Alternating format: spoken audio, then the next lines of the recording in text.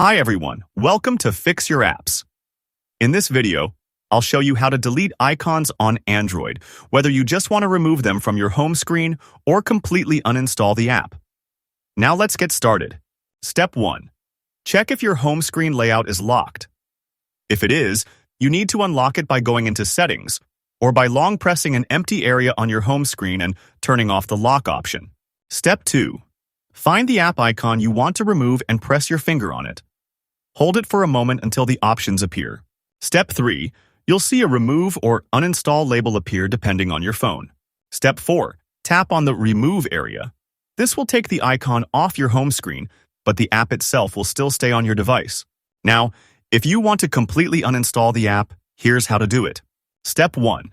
Open the Settings app on your Android phone. You can find this on your home screen or in the app drawer. Step 2. Scroll down and tap on Apps or Manage Apps, depending on your device. Step 3.